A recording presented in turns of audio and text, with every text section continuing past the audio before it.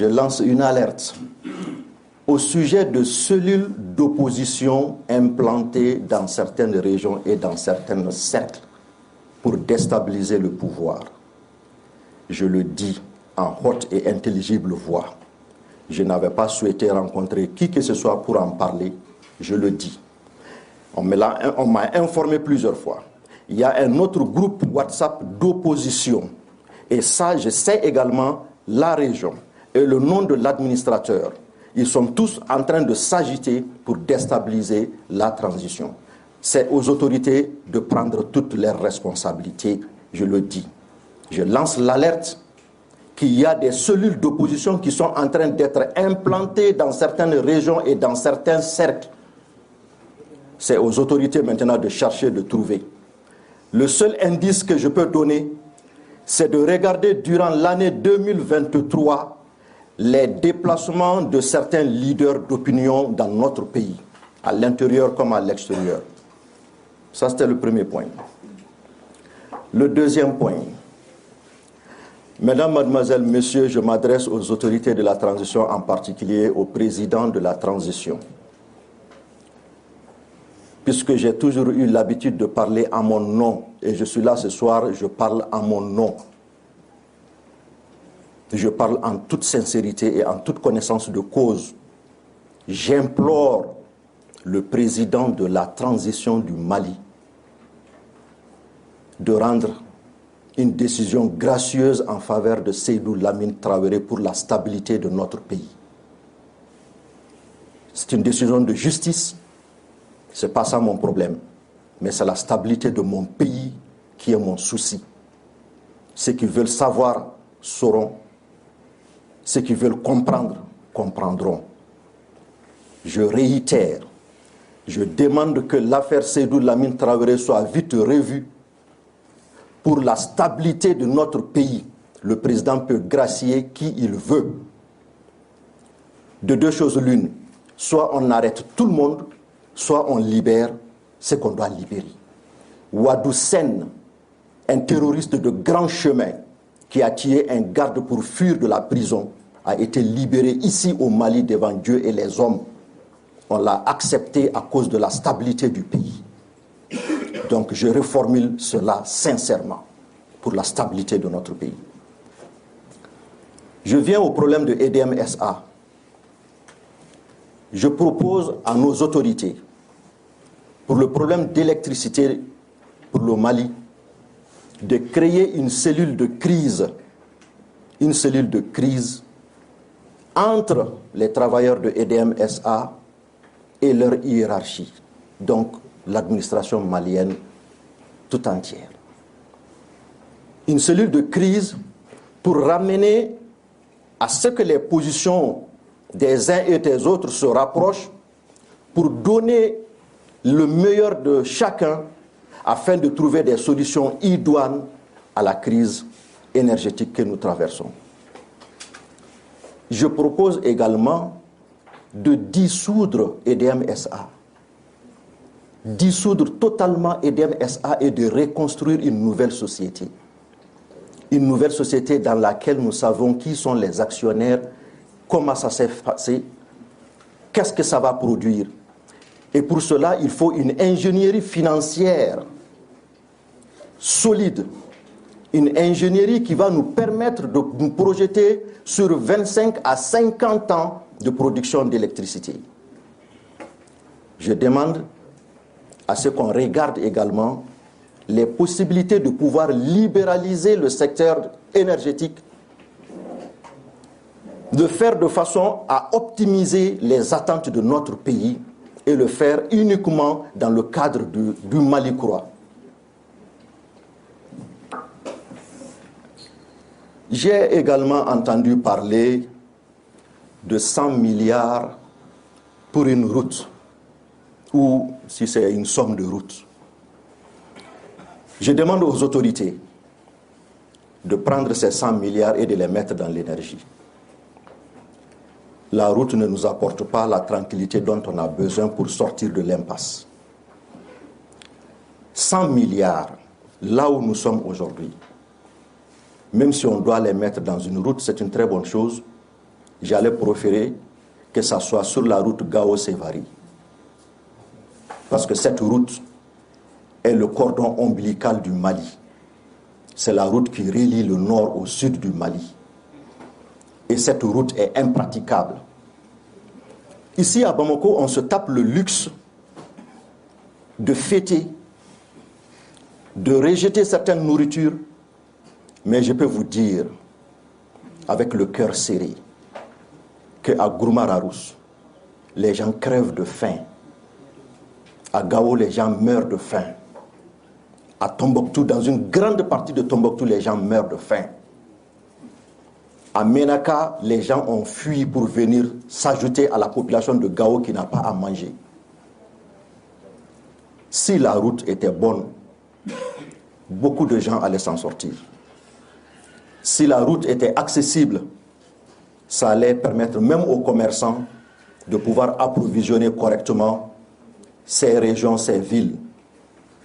Je pense que 100 milliards, à défaut de mettre ça dans l'énergie, d'aller faire des routes vers le nord, partager les 100 milliards en vivres entre les Maliens, du centre comme au nord, et un peu partout où les Maliens ont faim, parce que ce n'est pas simplement qu'au nord.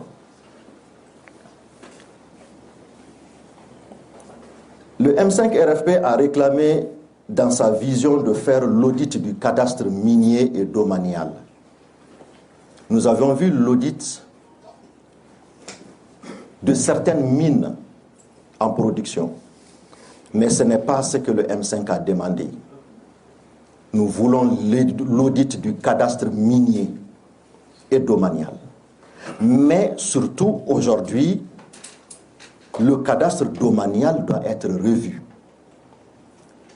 La plupart des problèmes de justice que nous avions, nous les Maliens, c'est pour des problèmes de terrain, de maisons, de champs.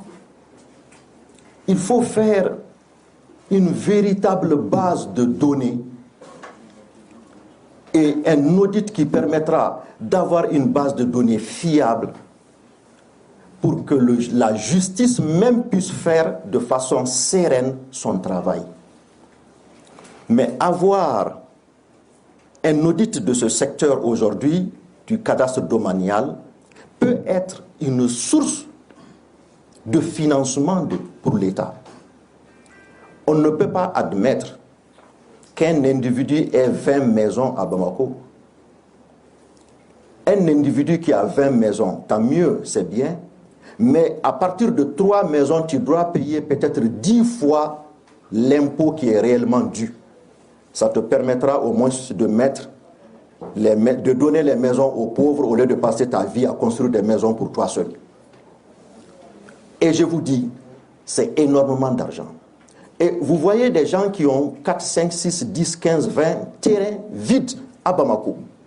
Si on demandait à ce que chaque personne qui a un terrain vide paye 10 000 francs le mètre carré, il n'y aura plus de terrain vide. Et pourtant, dans beaucoup d'endroits, c'est à cause de ces terrains vides qu'il y a de banditisme. C'est à cause de ces terrains vides qu'il y a la pollution. C'est à cause de ces terrains vides qu'il y a des spéculations. C'est à cause de ces terrains vides que d'autres envisagent d'acheter encore plus de terrains et les garder pour faire de la spéculation. On doit regarder ce problème avec beaucoup d'acuité et le plus vite possible pendant cette transition. Parce que c'est une question que nous avons voulu traiter à un moment donné de l'histoire. Je vous jure, j'ai fait le plan de l'ACI 2000 en montrant les terrains vides et les bâtiments qui étaient construits. On avait voulu montrer un système d'information géographique appliqué au domaine. Il suffit de cliquer sur une parcelle, on te dit c'est pour telle personne, ça a été attribué tel jour, la superficie c'est tant, on te donne l'historique de la parcelle jusqu'à la fin. Donc on peut approfondir ça pour qu'on te dise quel est le montant des redevances payées par rapport à la parcelle. Est-ce que la personne est fiable? Est-ce qu'elle vit? Est-ce qu'elle est morte? On peut aller faire plusieurs choses. Mais ce jour-là, on nous a dit, votre dossier ne passera nulle part. Fin de séance.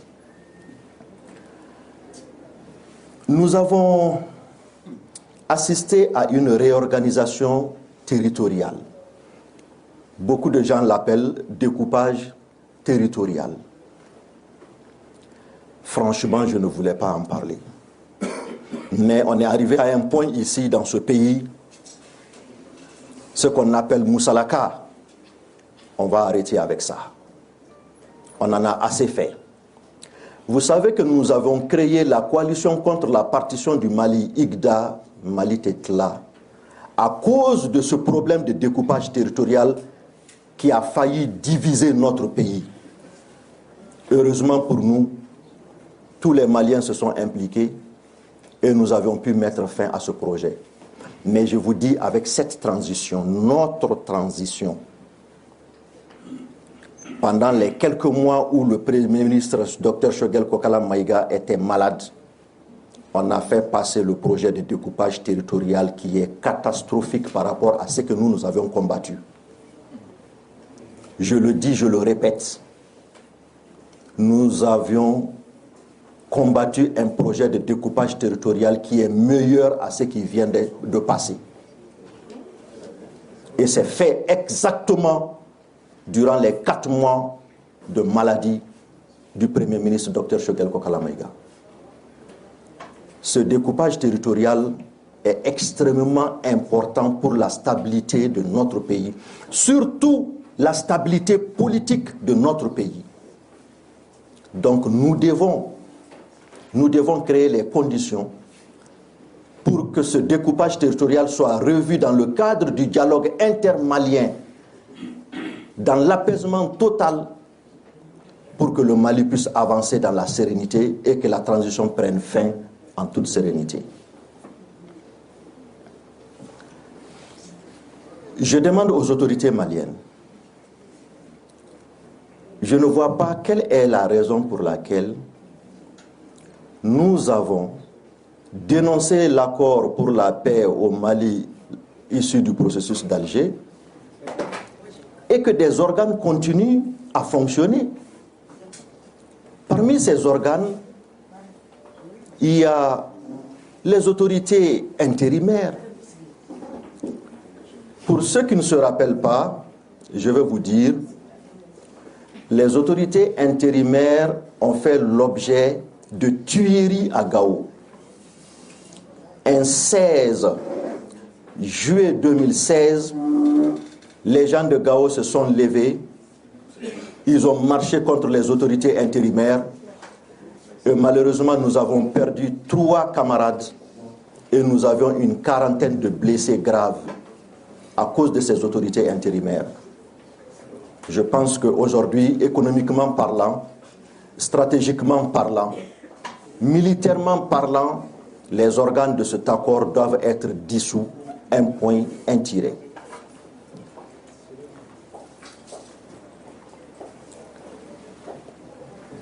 La préparation des élections à venir, ce n'est pas un tabou, hein.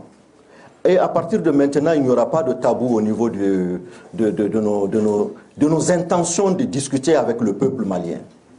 Nous discuterons de tout ce qui peut faire avancer le peuple ou tout ce qui peut édifier le peuple. Moi, je demande à nos autorités, par rapport aux élections à venir, de commencer dès maintenant à préparer un recensement général de la population malienne. Je n'ai pas tellement confiance à des cartes biométriques falsifiées qui sont données par des marchés, on ne sait même pas comment. À des cartes Nina qui viennent de je ne sais où. Je demande aux autorités, pour la paix et la stabilité de notre pays, de faire un recensement général de la population malienne à partir de maintenant. Même s'il faut que les élections attendent 2 ou 3 ans après que ce recensement termine dans les bonnes conditions, moi je n'ai pas de problème par rapport au délai des élections. Mon problème c'est qu'est-ce qui doit être fait de très bien pour réussir la transition et stabiliser notre pays. C'est ça mon souci à moi. Donc dans le cadre de ce recensement, nous devons avoir des cartes biométriques fiables, robustes. Et ce recensement doit nous permettre d'avoir une base de données aussi puissante. Je ne sais pas si vous le savez, des bases comme Oracle, c'est des bases qui existent déjà. Ce n'est même pas la peine d'aller inventer la roue. Ce n'est pas de la publicité que je l'ai fait, je ne les connais même pas, mais je connais la base en question, la base de données Oracle. On peut mettre toutes les informations du Mali là-dessus, on n'occupera pas la moitié de l'espace, la capacité de cette base de données. Et l'autre avantage, c'est qu'en utilisant cette base de données, on peut aussi ajouter toutes les informations géospatiales. Donc nous pouvons créer aujourd'hui les conditions pour le Mali d'avoir un outil extrêmement puissant pour notre développement, notre statistique. Et c'est cela qui va nous donner un fichier électoral fiable, enviable, un fichier électoral périn. Donc, j'en appelle à la diligence et au bon sens de nos autorités. Les élections demandent une grande préparation et il faut commencer maintenant par un recensement. Enfin, je sais que vous êtes pressés qu'on parle du M5, mais c'est fini, on va venir au M5. L'État doit tout faire pour déguerpir les orpailleurs illégaux étrangers au nord du Mali.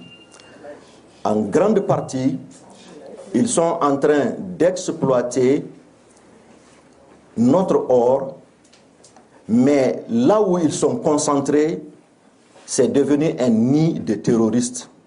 Donc c'est devenu un danger potentiel pour nos militaires et pour le Mali. Il faut vraiment que nos autorités pensent à ça. Parce que même contrôler ces zones, ça peut être aussi une source de revenus pour l'armée, pour le pays de façon générale. Merci, c'était la première partie de mon point de presse consacré à la situation du pays. Maintenant, permettez-moi quand même de prendre de l'eau.